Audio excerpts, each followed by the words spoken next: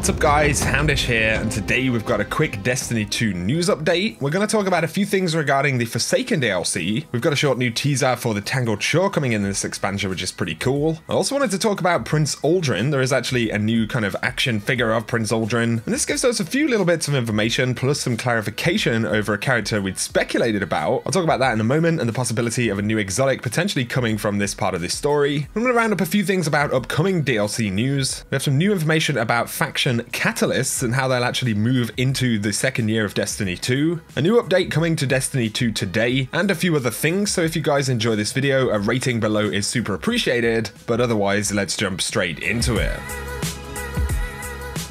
So first up, Bungie posted a new kind of mini teaser for the Tangled Shore. We get a few words from Ikora and some new scenery, so check it out. On the edge of the reef lies a wasteland called the Tangled Shore. My hidden agents tell me that's where Aldrin and his barons gather.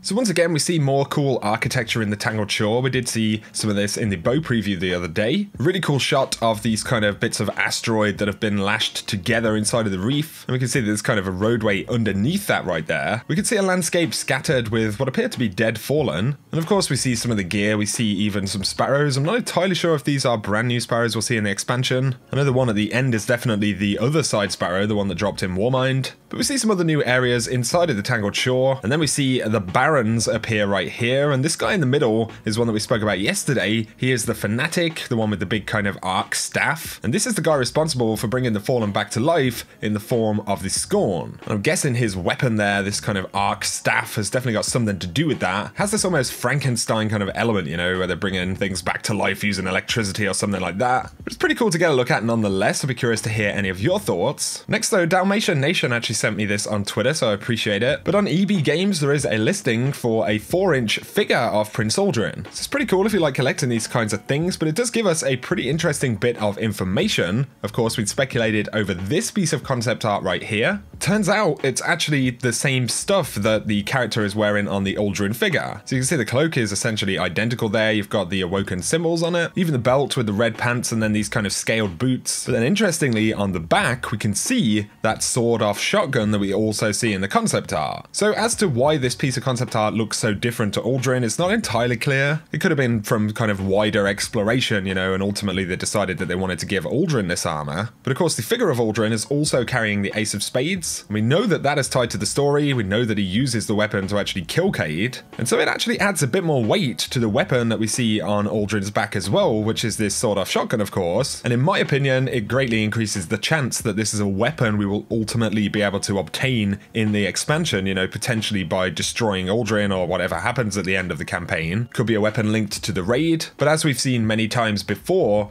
NPC weapons like this do tend to become obtainable in one form or another. Plus, when you consider we've never had a sawed-off shotgun in Destiny, I think it increases that chance even more, especially considering it appears multiple times in different pieces of artwork, so it's very clearly Uldren's personal weapon. Either way, I'd be curious to hear your thoughts on that. If I was to place a bet though, I would certainly say this is a weapon we will ultimately get through a quest or something in the Forsaken DLC. But if you're curious about when we may learn more for the Forsaken expansion, Deej tweeted, "Here we find ourselves somewhere between E3 and GuardianCon. This ain't no AMA, but I'm curious about your most burning questions about the future of Destiny. Help me plan the next beats. How do you feel?" And so of course, if you do have any things that you really want to learn about the DLC or about the future of the game in general, you can tag along and actually leave your thoughts. But the interesting thing of course is that it says somewhere between E3 and GuardianCon, and this suggests that GuardianCon itself may actually be a place where they'll reveal a couple of new things. We know that Gambit will be playable at GuardianCon, and Steve Cotton had previously said they want to take their newest build. So who knows exactly what's going to happen, but there could be a few details there at the very least. Maybe they'll even take a different Gambit map, throw some of the weapons or pieces of gear in, show off other supers at GuardianCon. I think it's really good though that Bungie are going to bring some cool content to GuardianCon, and they're going to be very present this year. Unfortunately, I will not be available to go out to GuardianCon this year, which is a big shame, although you can still support GuardianCon, and depending on what I'm doing, I'm not sure how much time I'll have, but if there's anything cool shown off, I'll try and keep you guys up to date with any news. On top of this, Bungie have said that they'll keep us posted in the blog, and I anticipate we'll get some of the more technical stuff about random rolls, how weapons, armor perks, and things like that are going to work. And otherwise, later in the summer, there is Gamescom, where presumably presumably Bungie will have a bit of a presence, or Activision will have a presence. And despite the fact that it is pretty close to when the DLC will actually launch, it's possible that at that point we'll get some major reveals for the few things that we won't have seen at that point in time. As always though, I will keep you guys posted with everything that I can here on the channel. But a final couple of bits about Forsaken. A lot of people apparently have been asking about private matches for Gambit, and Last Back and said it's something we're interested in pursuing in the future. It won't be available at launch, but it's something we will consider. They're still working on closing down the base kind of game for Forsaken, but they'll talk about more details once they have them. So if you are particularly interested in private matches for Gambit, then it looks like it will potentially be a thing. It's just going to be a little bit after the Forsaken DLC drops. Now though, to talk about more current and year 2E kind of news, a bit of a crossover here. Pyro Gaming actually asked DMG a pretty good question. Will there be ways to earn exotic catalysts in year 2 if we weren't able to collect them in season 3? And are there any plans to add a 4th faction rally to this season? And DMG said yes, there will be ways to acquire them. More details on that later this summer. And secondly, there are currently no plans to add a 4th faction rallies event. And so considering Pyro was referencing exclusive season 3 drops, so you are really talking about things like the faction rally, because presumably any of the others which drop in strikes or drop inside of, you know, patrol or whatever, they'll continue to just do the same thing. And so maybe that suggests the faction catalysts will be available inside of year 2. It could simply be that they'll be thrown into the faction loot pool, maybe at a lower rank or something like that, or just as a random drop. But it's looking like there will be ways to acquire exclusive catalysts inside of year 2. On the subject of the faction rally though, Ishtar Commander tweeted out, "Please retweet, I have some sad news about the future of Ishtar Commander. You all need to sign up for Future War Call tomorrow so I can get the sidearm, or the app gets it.